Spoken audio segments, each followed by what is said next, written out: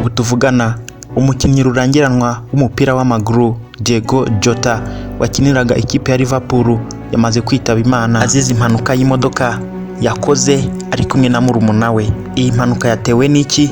Ese yabereye ahagana he? Ese ni kuki yari yahisemo kugenda mu modoka aho kugira ngo agende n'indege, cyangwa se niye mpamvu yari yatumye afata umwanzuro wo kugenda wo gufata urwo rugendo? Iyi ni Done Media TV, nitwa Don the Great, mbahaye ikaze.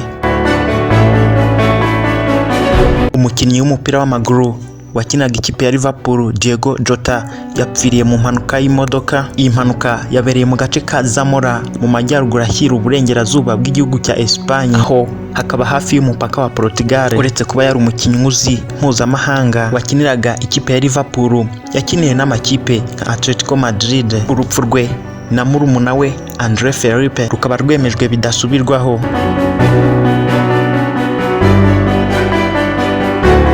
Impanuka yahitanye ubuzima bw'aba bombi ikaba yabaye mu ijoro ryakeye. Aba bombi bari mu modoka cyangwa se batwaye imodoka yo mu bwoko bwa Lamborghini, ikaba yaje gukora impanuka ikarenga umuhanda kubera ipine ryaturitse, ariko rigaturika mu gihe bari barimo bagerageza guca ku yindi modoka. Ubwo imodoka ikimara kwitura munsi y'umuhanda yahise ifatwa n'inkongi y'umuriro, ari bw'aba babiri bombi bahasize ubuzima. Diego Jota yitabye Imana afite imyaka 28 y'amavuko. Diego Jota na murumuna we bari muri iyo modoka bari ku rugendo, kubera yuko abaganga bari babujije Diego Jota gukoresha indege agenda, kubera yuko mu minsi yarishize yari yarabazwe ariko byoroheje. Kubera uko kubagwa rero byatumye abadogiteri bamubwira yuko gukoresha indege bitari byo, niko bisanze bari gukoresha imodoka we na murumuna we. Aba bakaba berekezaga i Liverpool kubera imyitozo yari itegereje Diego Jota kuri uyu wa mbere kugira ngo bahagerere ku gihe. Izo mpamvu ebyiri tugarutseho nizo zabaye impamvu nyamukuru yari yatumye Diego Jota na murumuna we batembera cyangwa se bakora urugendo bakoresheje imodoka.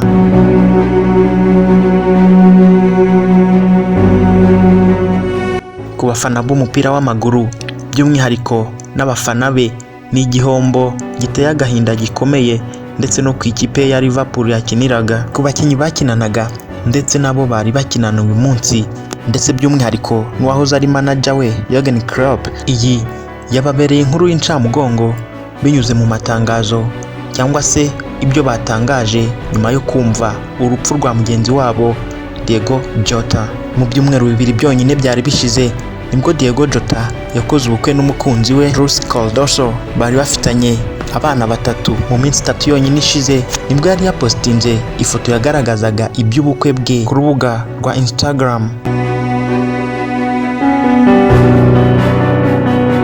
Ishyirahamwe ry'umupira w'amaguru mu gihugu cya Portugal naryo ntago ryaripfanye, bagize bati Diego Jota ntabwo yari umukinnyi w'igitangaza gusa wari ufite ibikombe biyingayinga 50 mu ikipe y'igihugu, ahubwo ikirenze ibyo yari n'umukinnyi w'agatangaza wari wubashywe nabo bakinana bose ndetse n'abamubi iruhande. Yari afite cyangwa se yarangwaga n'ibyishimo ntagereranwa. Ikindi, Cristiano Ronaldo nawe ntabwo yaripfanye, byamwanze mu nda nuko aravuga, aho yagize ati ntabwo byumvikana ko twari kumwe mu ikipe y'igihugu ya Portugal, hanyuma gatoya ukora ubukwe.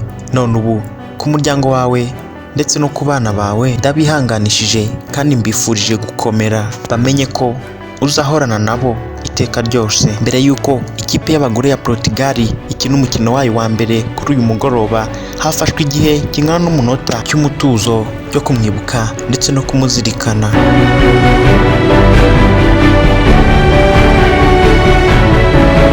Abandi nabo bataripfanye n'ikipe ya Wolves Diego Jota yakiniye, aho bagize bati Diego yarakunzwe n'abafana bacu ndetse nabo bakinanaga, kandi n'umuntu wiyumvagwamo na buri wese mu bo bagerageje gukorana mu gihe yamaze mu ikipe yacu ya Wolves. Ibyo yakoze ni indashyikirwa ntibizapfa kwibagirana. Ikipe ya Liverpool yishyuye angana n'akayabo ka miliyoni 41 z'amapaundi kugira ngo imuvane mu ikipe ya Wolves imwibikeho mu mwaka w'ibihumbi 2020. Kuri ubu tuvugana umujyi wa Liverpool uri mu kiriyo n'agahinda gakomeye. Uretse n'umujyi kandi na Jurgen Klopp nawe yagiye ku rubuga rwa X arandika ati ibi ntibinyoroheye habe na gato, umutima wanjye ushenguye cyane no kumva inkuru y'akababaro y'urupfu rwa Diogo Jota ndetse n'umuvandimwe we, kubera ko Diogo Jota ntabwo yari umukinnyi w'agatangaza byonyine ahubwo yari inshuti y'akadasohoka. Kirenze ibyo yari umupapa akaba n'umubyeyi wita ku muryango we by'umwihariko. Tuzamukumbura mu buryo budasubirwaho. Ku bakunzi b'umupira w'amaguru muri rusange turabihanganishije, ndetse by'umwihariko abakunzi b'umukinnyi Diogo Jota mwese mwihangane. Iyi ni Done Media TV, nitwa Don the Great. Ndagushimiyeho wamaze gukora subscribe, nawe utarayikora ndabigushishikariza kugira ngo tujye dukomeza tubane mu biganiro bigaruka ku ngingo zitandukanye. Mugire ibihe byiza.